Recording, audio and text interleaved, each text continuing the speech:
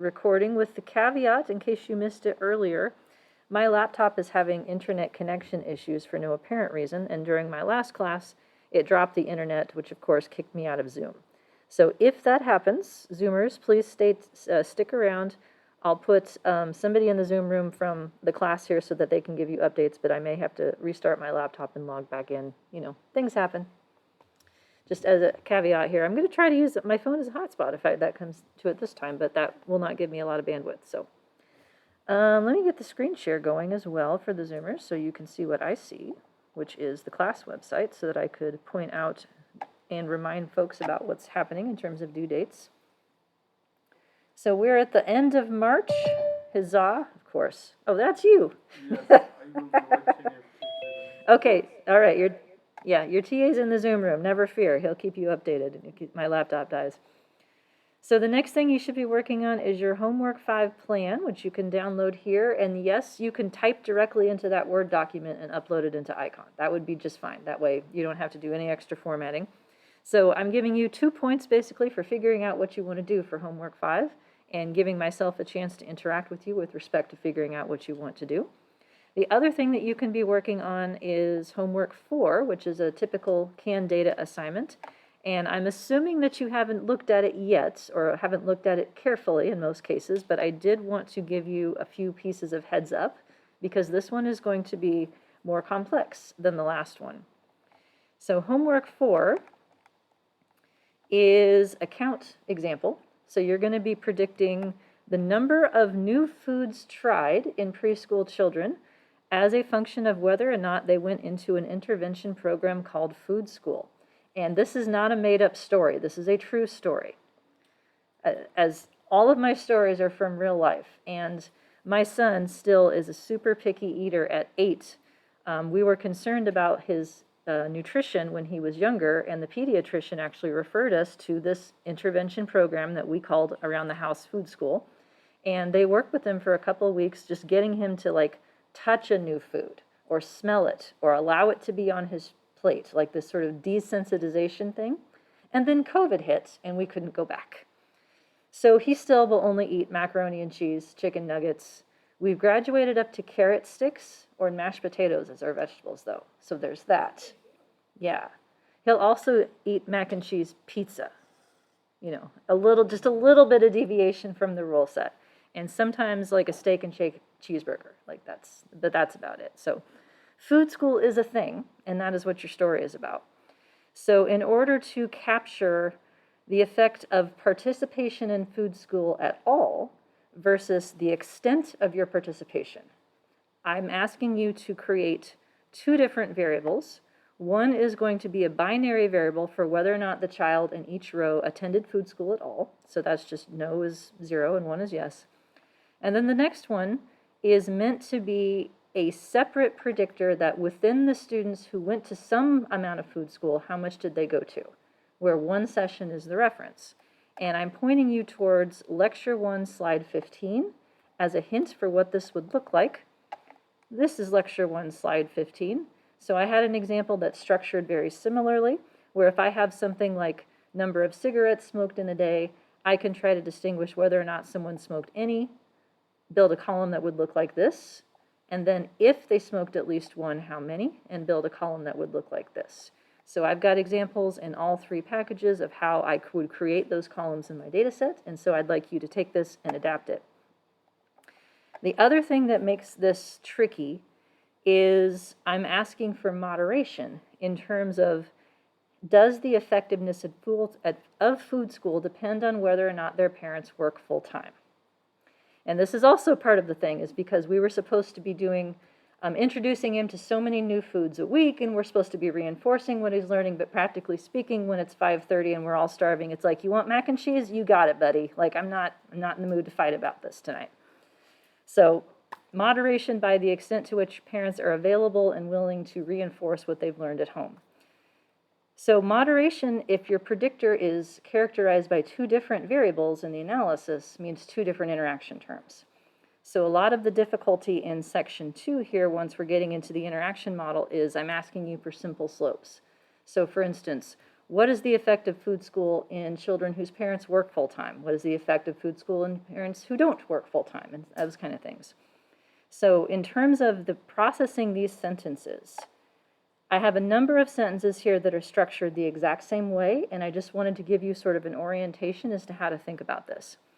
So enter the difference in predicted log count for children who have not versus have attended food school.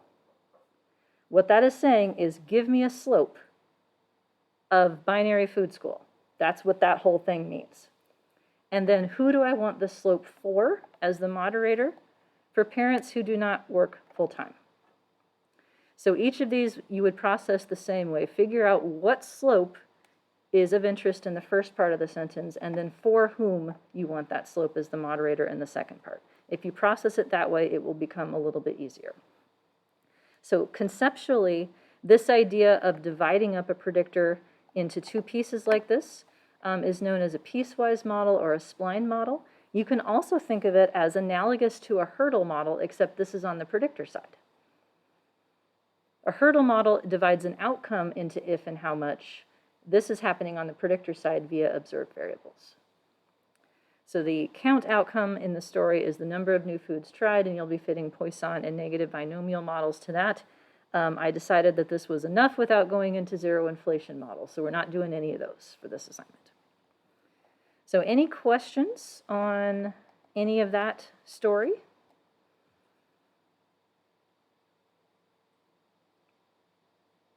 No?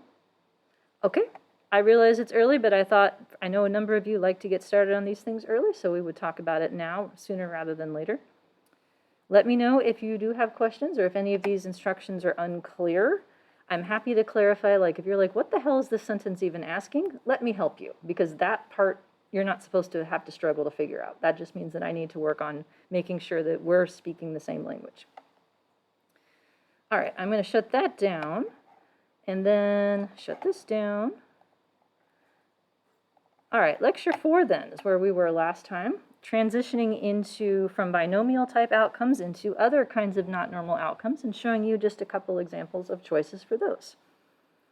So I'm picking up on slide 10 as brand new content here. So the last category of generalized models and related models that I wanted to talk about are for what I would call other kinds of not normal. So a grab bag of possibility here. Things that are continuous, so they're numbers of some kind. They might have one or more boundaries. They'll probably have skewness. But if they're continuous, then we can't use any of the discrete distributions that you've seen thus far, like Poisson, negative binomial. All of those are discrete. They're for integers only. If you have intermediate values, then we need something else. So examples of this, positively skewed, positive only values, so distributions in which you would not have anything below 0. Things like response time. People who collect response time in milliseconds, that is almost always a positively skewed variable. Any kind of outcome involving money, so costs of things or prices of things, salary information is almost always positively skewed. Because what's the least amount of money you can make? 0. You're like, I'm making it right now. I'm a graduate student. Can you make negative money? Now you can go into debt, yeah, but you wouldn't report it that way, right? You'd call it debt or something else. So you can't have negative money and you can't have negative time. So for both of these sorts of situations, we can throw a log link on there to make sure that our predicted outcomes stay above 0. And the log link doesn't care if the outcomes are continuous or discrete. It's just going to transform it into the log scale. So the inverse link predicts the actual amount of whatever that is. Yes? Are log links, are those bounded in the same way that a logit is bounded? Log is only bounded at 0. That's the difference. So the logit family, so logit, probit, log, complementary log is when you have 2 boundaries and you want to make sure it shuts off at both ends. And you would have to phrase your outcome so that it ranges from 0 to 1 to use that. Log is for things that need to stay above 0 instead. So the log can go on until positive infinity. It doesn't care. So thanks for the review. Yeah, and so if we're in log link, that means we can get effect sizes as e to the slope the same way.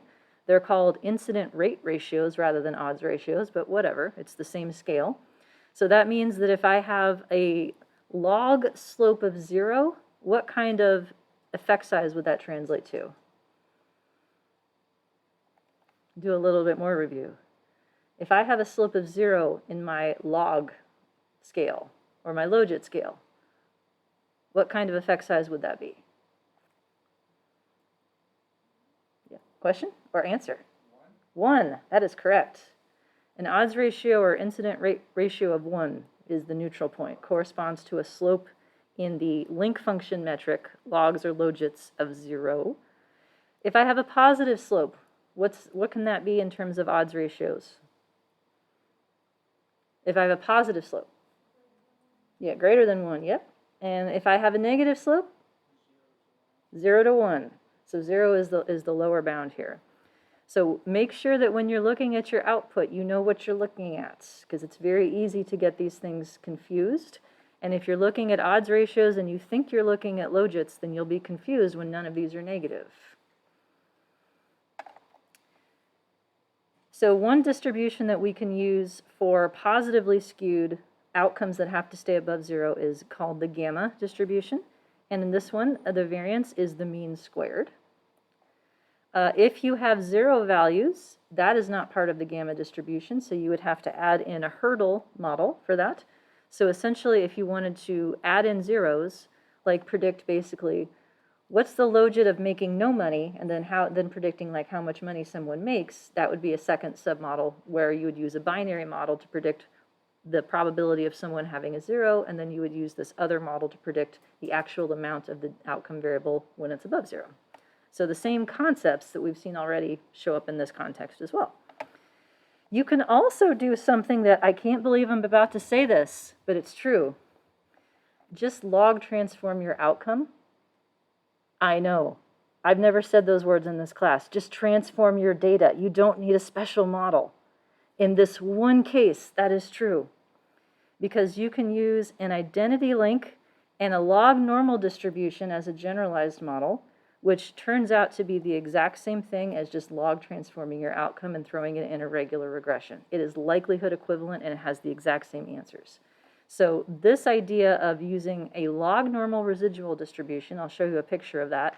That's the only place I found that is in SAS. I couldn't find it in any of the other packages, probably because they're like, I don't need a special model for this, just log the damn thing, you'll be fine.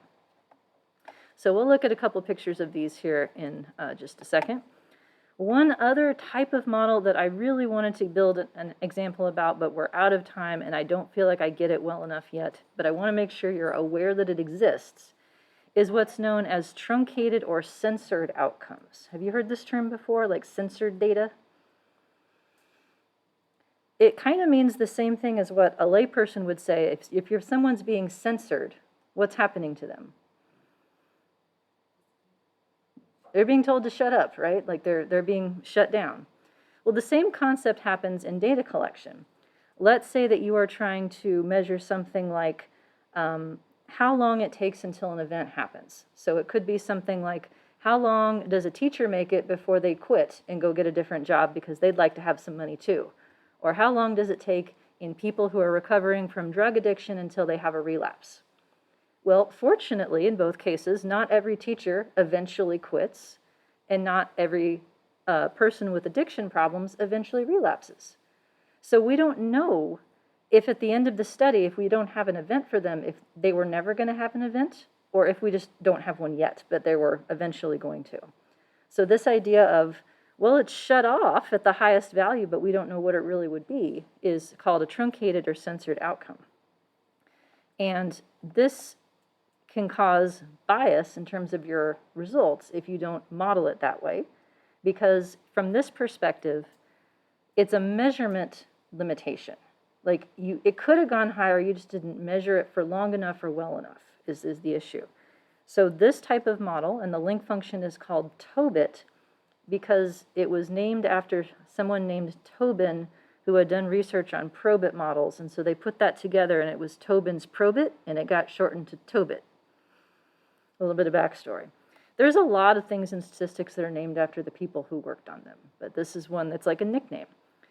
So a TOBIT link and all of the sources that I've seen on this models basically use the same hand-wavy language.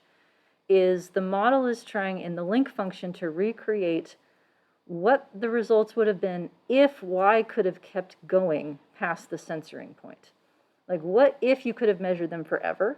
That's what your slopes are going to tell you, is how to predict the outcome that like would eventually be there. Well, that sounds great, except we don't have that outcome. So they talk about this idea of y star as being like the outcome that is really there, and we just have the y version that's shut off. To the best of my ability to understand this, the way that this works is relying very heavily on the idea of a normal distribution. So I have a book chapter that I thought was very useful in your reading list for this. But basically, like, if you picture like a bell curve, where like a chunk of it is like just missing, like that's the part that should have been there. Well, if the rest of your data follow a normal distribution up to that point, you can anticipate what proportion would have been past that chunk and sort of like work your way backward into figuring out like what their outcomes could have been. That is the level at which I've been able to understand these models. I can't get any better than that. I know that in Stata, when you run Tobit models, you can ask for predicted Y star outcomes from the model, and you can ask for ones in an inverse link, but none of the documentation exactly tells me how that works. I suspect that it relies on integration and calculus, and that's why it's a little bit diffuse. So instead of me showing you examples, I've linked to a couple that I found on the UCLA website. If you haven't been to this website, it's stats.oarc.ucla.edu. They have a whole bunch of examples of all different kinds of models and all different kinds of packages. So it's a very useful website, and their stuff is believable and trustable, so I would recommend it. So there's a couple examples of how to do Tobit regression for censored outcomes as well. So, all right. Any questions so far? Okay, so those are some more choices for you in terms of homework. So here's some pictures. So continuous outcomes that could potentially be skewed. Here's examples of what a gamma distribution would look like. So it also is kind of like beta in that it has these ambiguously named shape and scale parameters, but you can create different types of skewness. The closer the mean gets to 0, essentially, it predicts more skewness. The further away you move, the more it's going to look more like a normal variable. One thing to keep in mind, though, with the link function is that if you're predicting the log of an outcome as the link, and you're doing that with a regular predictor, the relationship is linear in predicting the log on the link metric, but it translates into an exponential function when you're predicting it in terms of the original count. So keep in mind that like when you're predicting the original counts or the original continuous values here using a log link, it's a different kind of relationship when you back translate it into the original metric. And I have some notes here about how at least in SAS and in Stata, the gamma model gets parameterized into something that resembles a mean and a variance that we're used to seeing. Here's what log normal looks like. So if you fit a log normal distribution, then what you're saying is that the natural log of your residuals follows a normal. It actually looks like this, though, when you unlog it. So it has sort of this same kind of skewness. The greater extent to which is when you're closer to the lower boundary. And then the log link creates the same type of pattern here. So these are two choices that are relatively common for continuous outcomes that are skewed that have this lower boundary of 0, log normal or gamma. And here's what the parameterization looks like, at least in SAS Glimix, for this was the only place that I could find this particular model. If you have 0 values, that would lend itself to a hurdle type model. So you would have one submodel that predicts the values that are above 0 with whatever predictors you feel like. And then the second submodel you would add to predict the logit of having a 0 instead of something else from whatever predictors you want to. So this would like cut your outcome into two pieces basically and predict 0 or something else, and then what if something else. So I call this if and how much. These are also known in the literature as two-part models when they are applied to continuous outcomes. So the terms 0 inflated or hurdle are specific to counts. Two-part is a more general term that refers to continuous variables as well. So you can do these in M+. You can do these to some extent in other packages as well. So this is sort of a whole taxonomy of what your choices are with respect to 0 values in here. So what kind of amount do you want to predict if not 0? If it's a count, then here are some choices: Poisson negative binomial or generalized Poisson. If it's the number of events out of a total, then you can do binomial or beta binomial. If it's continuous values for the how much part that don't include 0, then you can do log normal or gamma. And then what kind of 0 do you want to predict? If it's an extra structural 0, then that's a 0 inflated model. If it's any 0 at all, then that's a hurdle with 0 truncation is needed for the amount part. And if it's continuous and you want to predict any 0 at all, then they call that 2-part. So all of these things are very much related to each other. They just have slightly different names based on what the amount part of the distribution is called, whether it's count or whether it's continuous. So just wanted to put all of that kind of together for you. Here's some information about software for fitting all these models. So where you can find all these different choices within, this page is about SAS specifically and R. There's a little bit on, I think, Stata here as well for GLM and stuff like that. Okay, so let me show you a couple examples of what these would look like. I've got example 4B. I foreshadowed this at the end of class last time. What we are predicting is housing prices from characteristics of houses. So a little bit different than usual. We're not talking about people today. We're talking about people buying houses.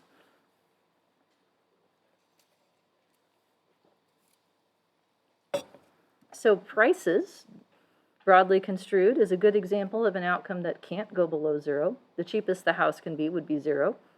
Typically, you would sell your house for more money than that. The data are available online, so here's where I got them. I have a sample of 100 homes, so it's a relatively small sample in this case.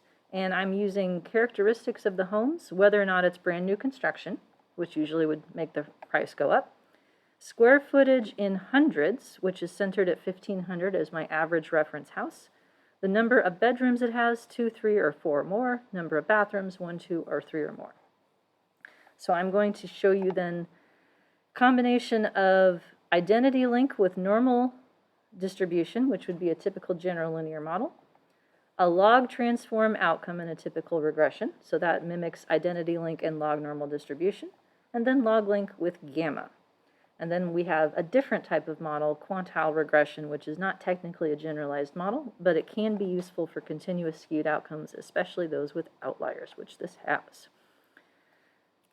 So in terms of the setup, the original data had more bedrooms and more bathrooms that had very few houses in the upper categories, so I collapsed them so that I could work with something that was a little bit more manageable for the example. I don't normally endorse collapsing things into fewer categories.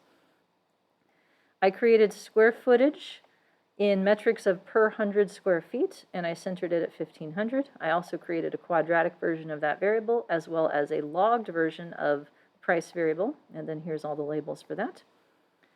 Our code to do these things looks fairly similar in structure. I'm sure this is not the most efficient way to write out new variables, but it is the most transparent. So from that perspective, I know exactly what my code is doing, even if it's laboriously written. Yes? Sorry, but there you are using sequential coding, right? In this case, So you are comparing, for example, in terms of bedrooms? yes. 3 versus 2. Yes, thank you for pointing that out. I'd forgotten I did that.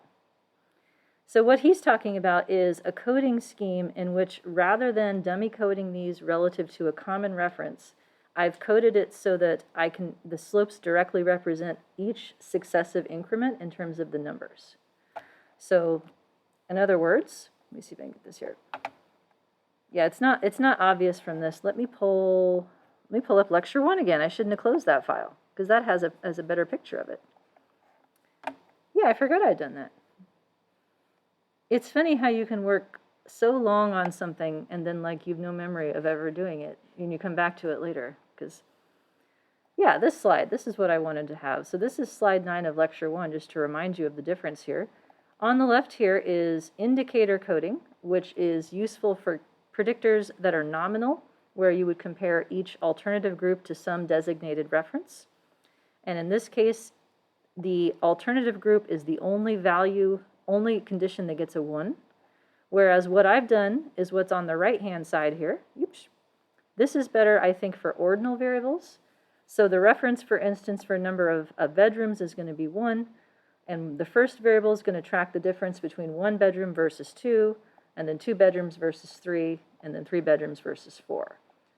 Because we know that a 4-bedroom house is going to sell for more than a 1-bedroom house. But does it sell for more than a 3-bedroom house is the question. So it's carving up the categories into successive differences. And if each of these slopes were the same, so if the change in house price to go from 1 to 2, 2 to 3, and 3 to 4 were the same slope, then it would make sense to think of number of bedrooms as a continuous predictor rather than a categorical predictor. But this way, at least you can test whether the slope between each new increment is equal, and you can think of it as a linear slope. Most of the time, that's not going to be the case. So for those of you in your projects, or your homework 5s, not projects, that are going to be looking at categorical predictors, just to remind you that these are some choices that you have in terms of how you set them up. So thank you for that. All right, so we get our predictors, we get everything loaded up in here. I made a picture first thing. It's always helpful to make a picture to see what the type of family you might need is. It's not going to tell you everything you need to know, but this can give you at least a sense of what the variable looks like. So costs are theoretically bounded at 0. Unsurprisingly, there are no houses that cost no money. What we have here is a positively skewed continuous distribution where we have some potential, I would say, outlier houses here that are fairly far away from the others. I don't want to be in the business of throwing away some pieces of data and not others where someone else might make a different distinction. So I tend not to do any kind of outlier removal. I think of it as cheating to some extent. Because the thing that we have to make assumptions about is the residuals of these things, not their original values. And to the extent that your model can explain why these houses are so far away, then they're not going to be outliers with respect to their residuals. That will actually be reeled back in again because the model prediction will have handled that part. I have a box plot here, which is another way of viewing like just how far away the extra spendy houses here are from the mean or the median in this case.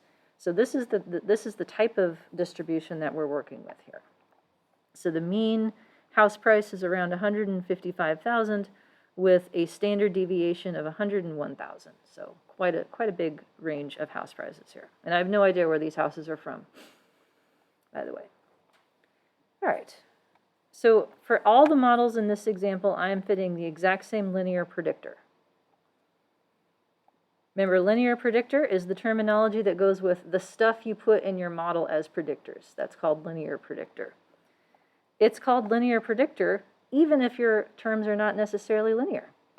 So I have y hat here, and note that there's no e or anything that relates to the model for the variance because I'm just describing how do I get a predicted house price given my model here. So I have one variable for whether the house is new construction. I have this is 3 versus 2 bedrooms and 3 versus 4 bedrooms. So does it hurt to take one away? Does it help to put one back?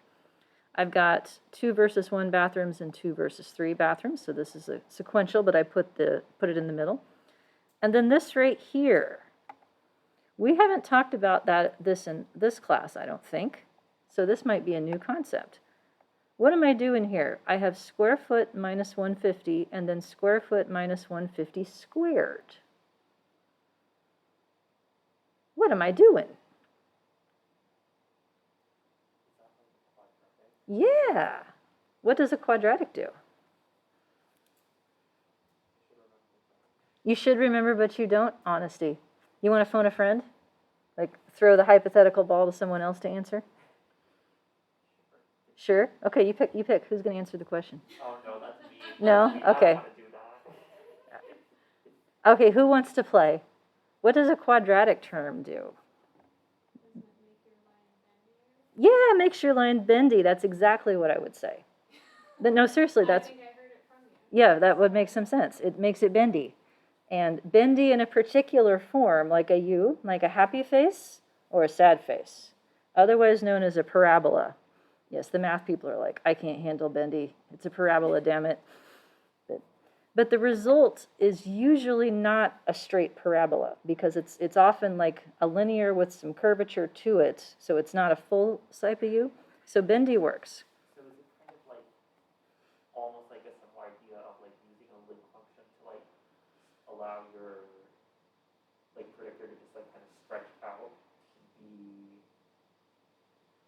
bounded, I guess.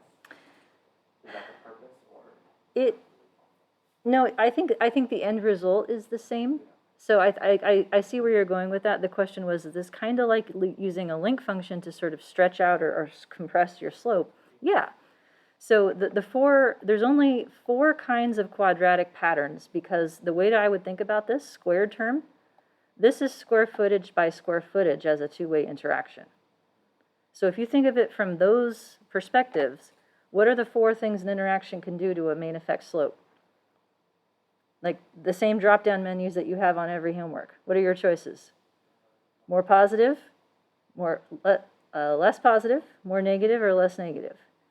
And sometimes I add words like this is more beneficial or this is more harmful to try and put it into context, but what positive or negative would mean. So that you have the same choices here. So I'm assuming that having a bigger house means you'll sell it for more money, up to a point. So I threw this in thinking that square footage matters less among houses that are already really big. And so that would be kind of operationalized by a linear slope that kind of shuts off, analogous to like what happens with the link function. Now, one caveat is that if I have a model that looks like this, goes up, what does the model think will happen if I keep going in a quadratic pattern? It flips back over and comes down. So it doesn't really create an asymptote in like a formal way, but it can mimic something that looks like it asymptotes in a nice cheaty way. And the reason that this is a very popular strategy is because even though this is a squared term in here, this is still a linear model. It still has this slope times variable plus slope times variable plus slope times variable format, which means you can estimate this in any software package. If I wanted to build in a true asymptote, that would require like e to the something, and then that becomes a nonlinear model, and it's much harder to estimate. So I'm cheating my way to an asymptote, essentially, is what I'm doing here. Playing fast and loose with the data, but in a principled way, of course. I was wondering, you said like you can also understand it from the interaction perspective. Mhm. It's like, so it's interact with itself. Yes, that's exactly right. Square footage is interacting with itself. Like how do I can't understand like how you interact with yourself. It's instead of having an interaction term between 2 different predictors, it's an interaction term of one predictor with itself.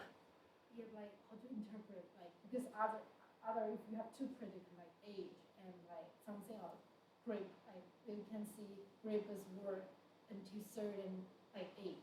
Mm-hmm. But like square footage and itself, square footage works until certain square footage. The way that you would talk about this is that how I always talk about it as how this linear slope changes as a function of where you are on x.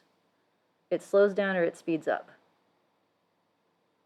And it speeds up or slows down per unit x by twice the quadratic coefficient, and that is the trick that you need to get this right. So I'm glad I threw this in here. We can go over this, and then you can learn about quadratics. I'm like just wondering, like, how would you know what kind of data you want to do this with, or like when this would be beneficial to do? Question was, when would I know to look for this? Well, you can look at residual plots. And so if you're missing a quadratic, then your residuals will not be flat. They'll have like the missing thing. They'll have like a weird shape to them. Oh, okay. You've probably seen those pictures in the books. In real data, though, like your model has to be way, way wrong before those plots are obvious and tell you what to do. Like I used to, not to get off track too far, but I used to make a homework assignment when I was like at Nebraska, like 2007, 8-ish, where I made residual plots and I'd have them tell me what was wrong with the model. It was impossible to make a plot where the answer was clear enough that everybody would see it. Like it had to be so messed up that it would be like a model no one would ever fit in their life. So after that, I just was like, all right, we're not doing residual plots because the way that they teach you in textbooks is not what they look like in reality. What I would do is think about, like logically speaking, even though this is a continuous variable, like is it going to continue helping the outcome to the same extent? Like logically, I don't think square footage, after you get a big enough house, like if you have a 4,000 square foot house versus 4,500, that is not as big of a change as moving from 1,000 to 1,500. Like, so just my own, I'm not a real estate agent, but I've bought and sold houses, so and I know that, like, that's what happens. I think anytime that you have a hypothesis where something matters to a point and then it should matter less, that would be a potential for a nonlinear relationship. In my version of the intermediate class and in 6242, I throw quadratics in there and I throw piecewise models in there because I want people to get used to the idea that any continuous predictor doesn't necessarily need a linear slope. Selfishly, I'm setting them up to take my longitudinal class, where change over time could have a piecewise set of slopes. It could have a quadratic slope and not just a linear slope. So it's like foreshadowing, but on purpose. I've had a lot of caffeine today. You notice I'm having 7-Up because I've already hit the window and like riding high right here. So if I had the Mountain Dew, then, you know, tonight would not go well when I try to actually fall asleep. Did I answer your question? Yes. Cool. Thank you. Anyone else have questions that I can ramble about? Okay, we're going to do quadratics then, because I want you to know how to do this.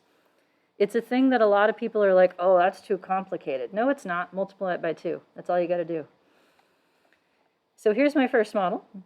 I am fitting a standard regression model, just as a sake of comparison. What would I conclude if I were like, it's fine, I'm just going to run a regression? But I'm doing it using GLM to highlight, when you choose a general linear model, what are the options you are actually choosing. When you choose a standard linear regression or an analysis of variance, you are choosing identity link and conditional distribution that is normal. That's what you're choosing. If those things don't work or don't seem logical, you make a new choice. I'm using maximum likelihood estimation for consistency with everything else, although what general linear models are often estimated with instead by default is something called residual maximum likelihood, which is the same thing as ordinary least squares. That's a distinction that is only relevant for models in which the residuals are normal. That's the only type of model in which REML is a thing. So I'm loading up my categorical predictors here, bedrooms, bathrooms, and whether it's new construction, as well as my continuous predictors of square footage and square footage squared. That's how I define my interaction term in Stata with a hashtag or # here. So I've got my general GLM output here. Rather than give me any kind of distribution fit, it's just spitting back the residual variance. And it's from REML, even if I asked for ML estimation. So there is a way to fix it, but because R does the same thing, I decided to leave it alone this time. Here's my solution. So my reference house costs $128,000. That's what this means. So we're in hundreds of thousands here. My reference house that costs $128,000 is old, it's not new construction, has 3 bedrooms, has 2 bathrooms, so I'm going down my list of what 0 means, and has 1,500 square feet. Okay? I know that you know how to interpret a p-value. I'm more interested in making sure you know what to do with the coefficients, because they could be significant or they could not, but knowing what to do with them is an important skill. So what does this first one tell me? The effect of new construction is a coefficient of 59.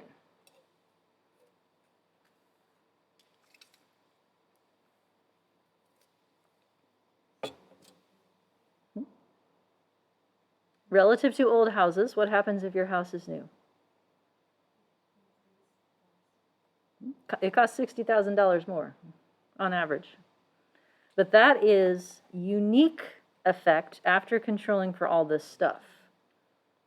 So that's one thing to keep in mind, is that some of these results are going to be backwards or inconsistent with what we would expect in reality, but houses that are bigger tend to have more bedrooms. Houses that have more bedrooms tend to have more bathrooms. So to the extent that those things are related, they're going to account for common variance that none of them gets credit for. And so it may look like our model is kind of weak, but actually that's because each individual contribution is not that strong. The whole is much stronger. If I have 2 bedrooms instead of 3, so this is an example of a counterintuitive result. My house costs $14,000 more. which sounds weird. If you take away a bedroom, it's not supposed to increase the value. My hypothesis about this is that maybe these are like condos that are like in high-rise buildings or something, to where 2 bedrooms would not just be indicative of a house, but it's a different kind of property, but I'm just making this up. If I have 4 bedrooms instead of 3, my house goes up by about $6,000. If I have only 1 bathroom instead of 2, my price goes down by $6,000. That makes sense. If I have 3 bathrooms instead of 2, my house goes down $14,000, another counterintuitive result. But let's talk about square footage.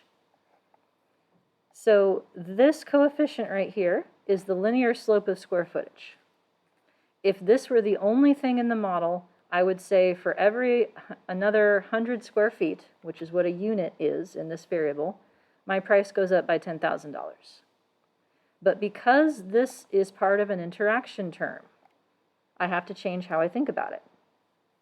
So what's the rule with respect to how we talk about these things if they're part of an interaction? Are they marginal or are they conditional?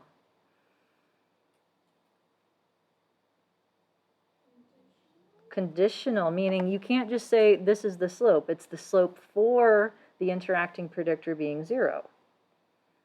So that same logic applies. Now, when is this interacting predictor at 0? Is when we're at the reference point of this variable, which is a house of 1,500 square feet. So this is the slope of square footage specifically at 1,500 in this variable.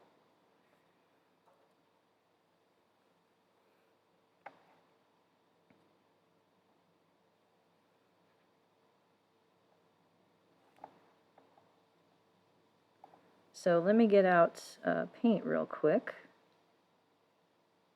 That's that one. New. This was the first computer program I ever learned to use as a child. I'm still a big fan. But like if we have a linear slope that goes like this, we just decided that we're not making a linear slope, we're making a bendy slope. So full bendy, or full bendy that way potentially. So you have to know where 0 is on this variable to interpret your linear slope. So let's say that 0 is in the middle.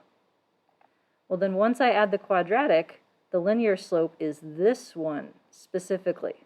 It's the slope of the line that's tangent to the curve at that point.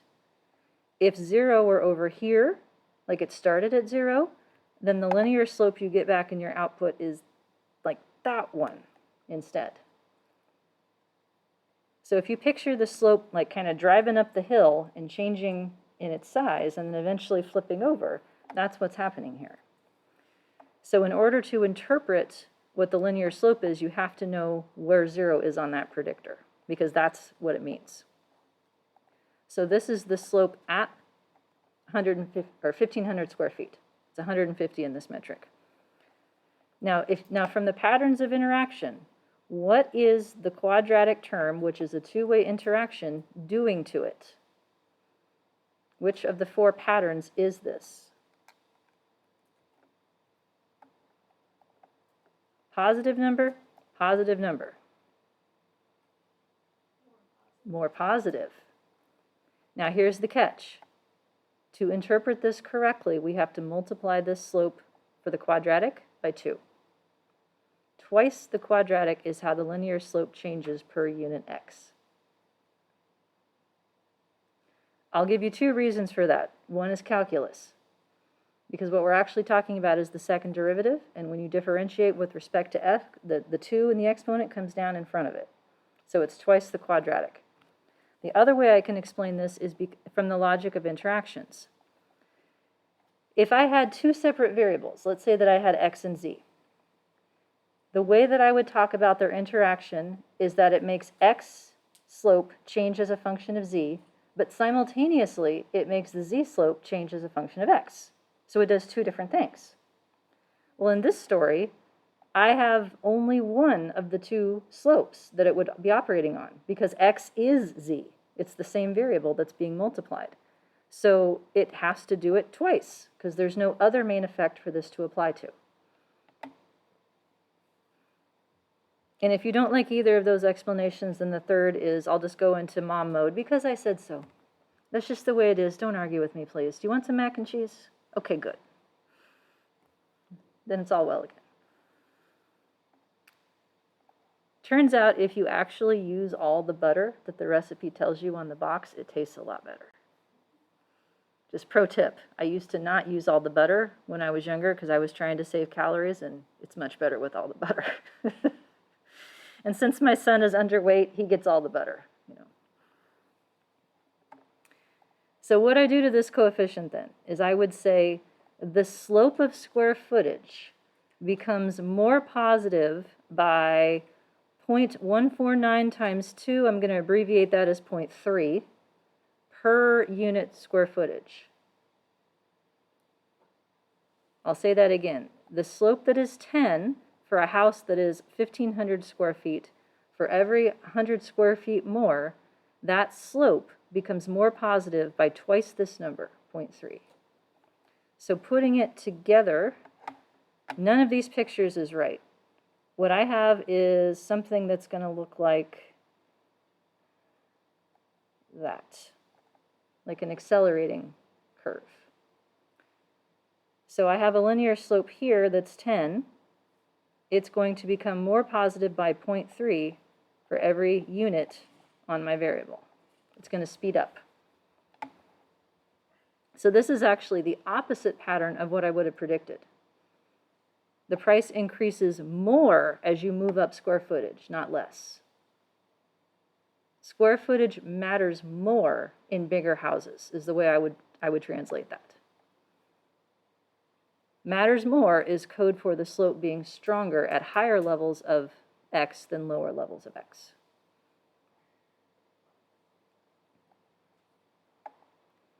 That's what you do with the quadratic. You multiply it by 2. And if I wanted to know what the slope was at some other point, I can get that as a linear combination, the same way that you would get a simple slope at any level of its moderator, and you all know how to do that by now. The 2 is the only part you have to remember. Multiply it by 2. However, in this model, the quadratic coefficient is not significant, but the linear one is. By the way, if you're going to fit these quadratic models, you would keep the linear slope that goes with it regardless of its significance always, because you can only properly interpret the quadratic as quadratic if it's above and beyond the linear. Otherwise, it's like a mush of the two. It's not linear or quadratic per se, it's something in the middle. All right, how are we doing? Sorry, might be stupid, but now I was wondering. No stupid questions. What is linear? What does linear mean? So linear is the word that I am now using to describe what I used to just call a slope. But I have to be more specific because square footage has 2 different slopes in the model. This is the linear slope, and the interaction term of square footage with itself I call the quadratic slope.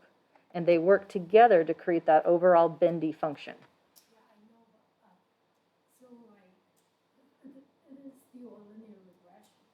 Yes, it is. It's still a linear model because linear does not mean the type of slope. It means the way the slope enters into the model. Like a linear model, like in general linear model or generalized linear models or general linear mixed models, like all the words that have linear, they are saying the model follows a form of slope times variable plus slope times variable. That's what that means. The variable could be the squared term, but it follows that same pattern. You might also hear this as nonlinear in the variables versus nonlinear in the parameters. That's another way people talk about this. This is nonlinear in the variables because this variable is a squared term, but it is still linear in the parameters because it's slope times variable plus slope times variable. Not a stupid question. But even if it were, I love stupid questions because I'm usually able to answer them. So then it makes me feel good.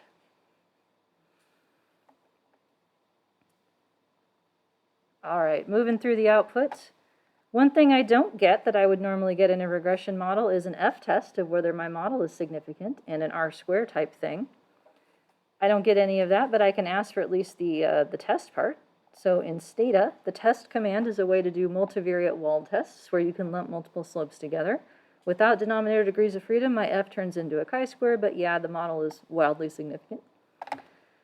Here's what it would look like in R, using the GLM package and doing an identity link. And here's a new thing. And did I use it?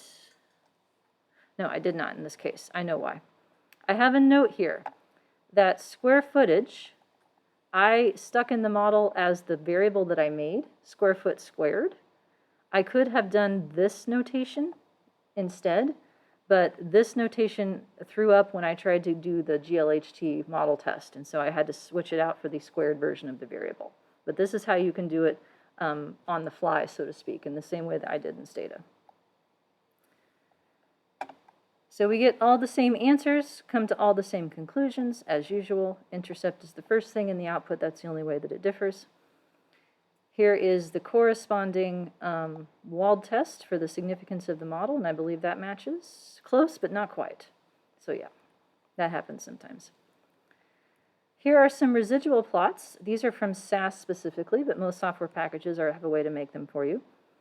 And we would be hoping that if this model were sufficient, that we would see a relatively normal distribution for the residuals and constant variance. Well, normal is, like, it's at least the right shape. It's a little too tall in the model. I believe that is leptokurtotic. Is that the right word? There's lepto and there's platykurtotic, and I always think of platy as flatty. And like that's the kind that means there's too far down, so the other one must be lepto. Too much stuff in the middle, that's what this has. That's what the curve overlay is telling me, but it's at least the right shape. Potentially more concerning is like, what about this person down here, this house down here? This is predicted to be an expensive house, but it sold for way less money. So maybe this house got foreclosed on or something, I don't know. But the variance across the residuals, if a constant variance function is appropriate, should be relatively the same. And at least for this one, dragging it down, it looks like there might be more variance, not early on, but like later on. So this is maybe a little bit suspect, but it's hard to tell from pictures. So let's look at some choices. What if I just log transform my outcome? This is the only time in this class where I'm going to tell you that this is okay. Because log transforming your outcome is the same thing as fitting an identity link with the log normal residual distribution. So I'm predicting log price now as my outcome using the same Stata code as before. So everything is in a much smaller units because we're in logs. The other thing that is very different is that these linear and quadratic slopes here are linear when they predict the log of the house count, but they become exponential looking when you back translate those predictions into the original count. So the picture that I'm referring to, let me back up for a minute here. Yeah, this idea here.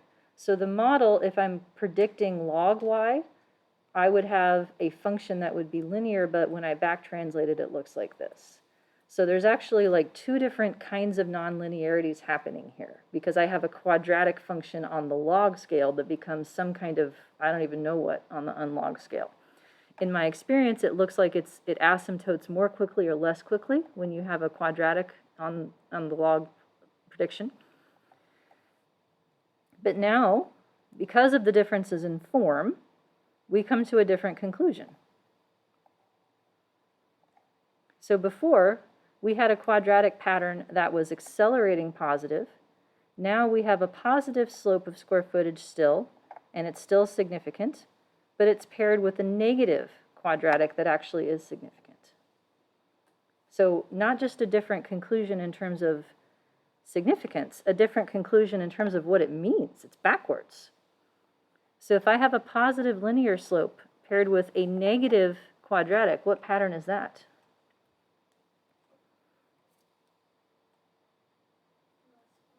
Less positive. What does it look like? This is a hand question. Everyone's doing the same. Yep. Let me get my paint back out. What's it? Like that.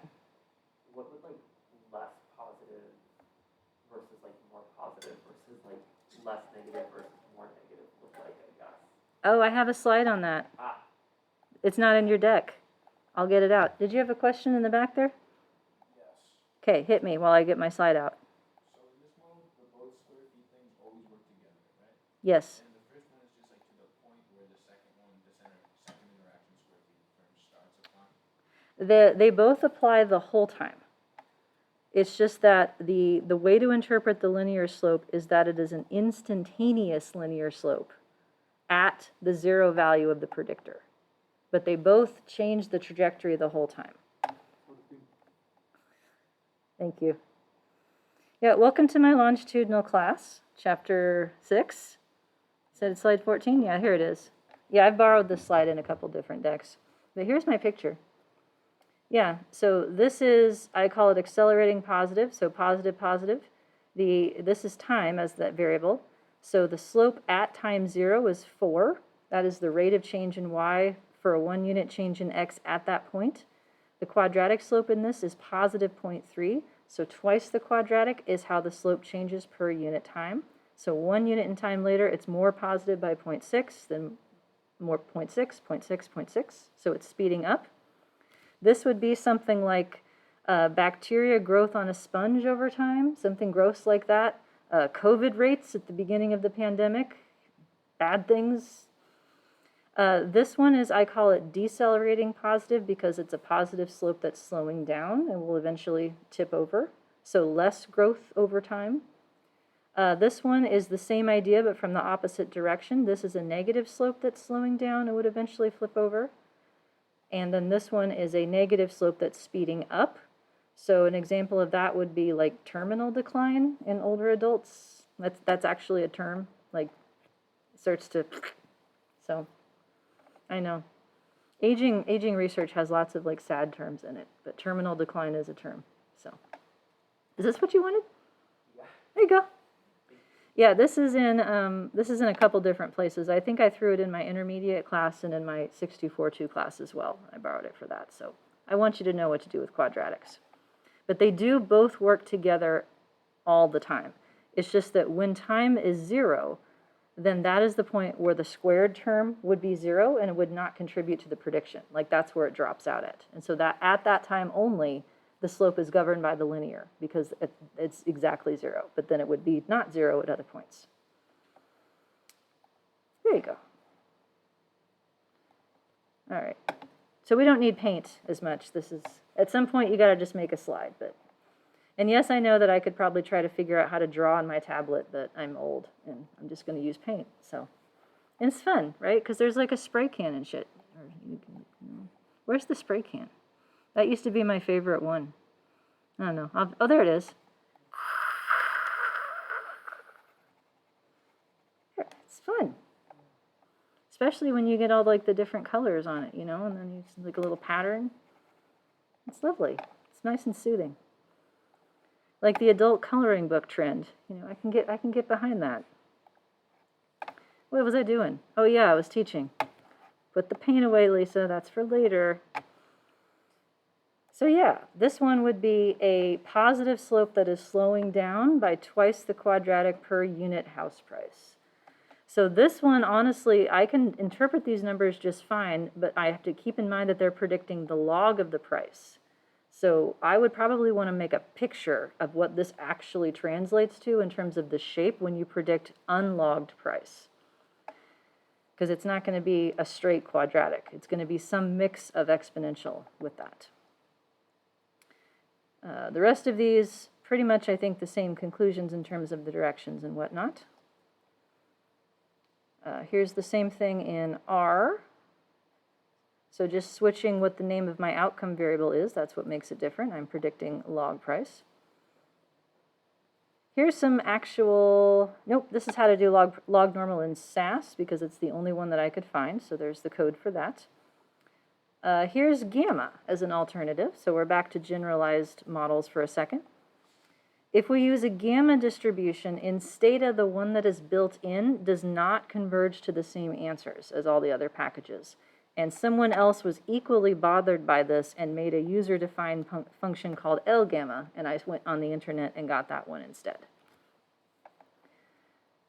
So in this distribution, the variance is the mean squared multiplied by a scaling factor. So it's analogous to what happens in negative binomial. The variance exceeds the mean as a quadratic function.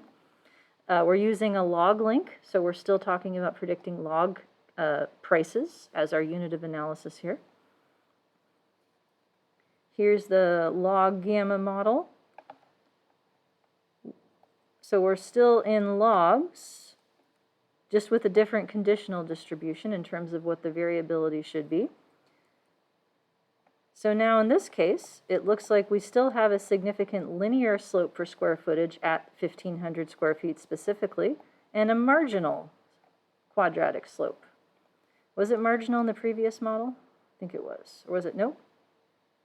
It was significant in the previous model. So now we're back on the other side of 0.05. So even though in terms of what we're trying to predict, we're still in logs, that the results should be comparable from that perspective. The inferences that we make are different because the expected amount of variance in the model is different. This p-value is 0.069. People have discovered all kinds of euphemisms for how to describe that. Marginally significant, borderline significant, just shy of significance. Trending. My favorite one is approaching significance because it makes it sound like a plane that's going to land, and if you just wait long enough, it's going to get there. Or like if you bake a cake and it's like, oh, it's approaching done. I'm just going to put it back in the oven for a little while longer and it'll pop out significant. That's how it works, right?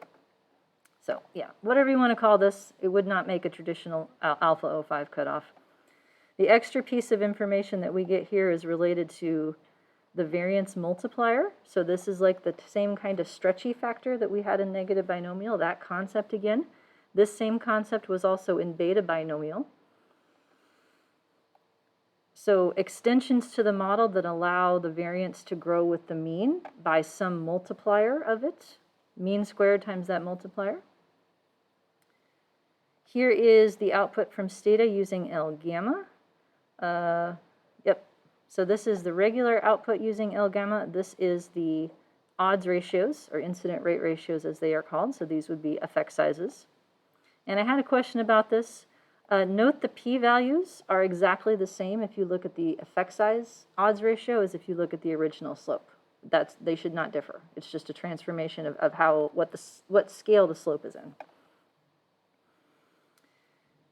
Here's what it would look like in R. We're back to GLM. And just as a warning, something I had to learn the hard way, do you see how gamma is capitalized here with the G? That's not a typo. Wouldn't work if it were lowercase. R is case sensitive. Took me a while to figure that out. Capital G for this family, because presumably lowercase g was taken for something else. So same, slightly different p-value. We get a little bit different estimation differences across packages once we get into these models, but that's okay. Same conclusion. And yeah, then there's the incident rate ratios out of R as well.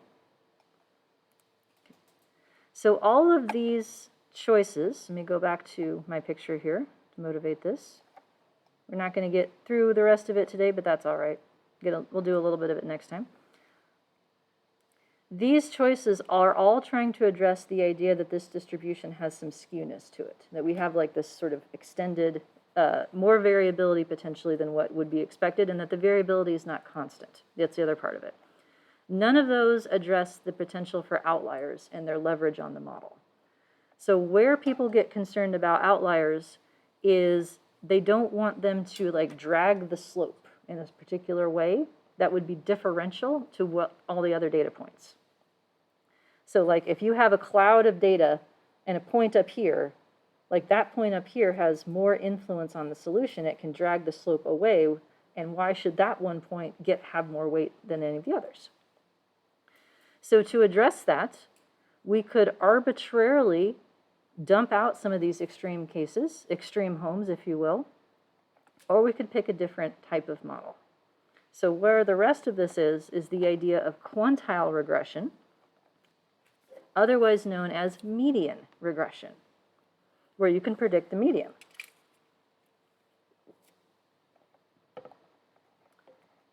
The nice thing about quantile regression, though, is that you can predict not just the median, but any quantile.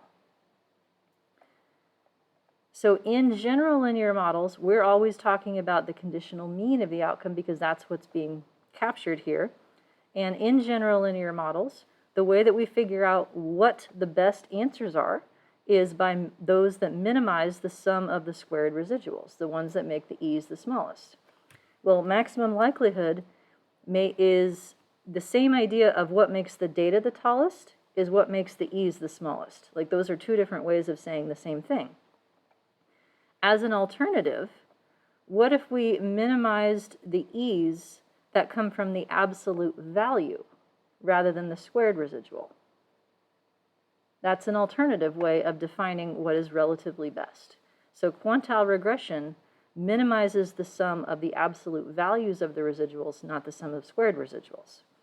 That makes it nearly impossible to figure out what the standard errors would be, and so those happen via a separate process. But what you can do is differentially weight the absolute value on one side versus the other to choose a different percentile if you don't want to predict the median. So just to put a couple thoughts in your head before I let you go. If you have a question like, does a student intervention have a bigger effect on low-performing students than on high-performing students? That's a reasonable thing. That sort of sounds like an interaction term where you're thinking about different sections of your DV and cutting that into groups. In quantile regression, you could say, what is the effect of the student intervention at the 25th percentile, at the 50th percentile, at the 75th percentile, and get 3 different answers. And that would directly tell you how effective a slope is at different points of the dependent variable. So I have the rest of the house example is covering these sorts of models so that you get just a little bit of a flavor of those. But I've got some good news for you, what's happening next time. You don't just have to listen to me the whole time. You get to listen to Vladimir. Oh yeah, he's like, oh right, I'm talking. So he is presenting something at NCME conference in a couple of weeks, and it is a logistic regression on steroids. And so I invited him to come give his conference presentation and give you a little bit of the backstory as to what the work was in terms of having to figure this out, build the model, build the code, and all that stuff. So we'll talk a little bit about quantile regression, and then, well, actually, I'm going to give the floor to you so you can make sure that you get all your stuff done, and then we'll do quantile regression if there's any time left. That work? All right. Any questions before we call it a day?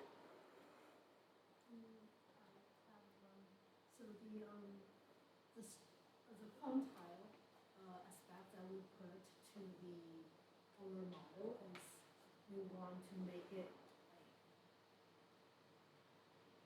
I wonder if we want to make, because it has skewness, does that have something to do? We want to solve the skewness, or it's not?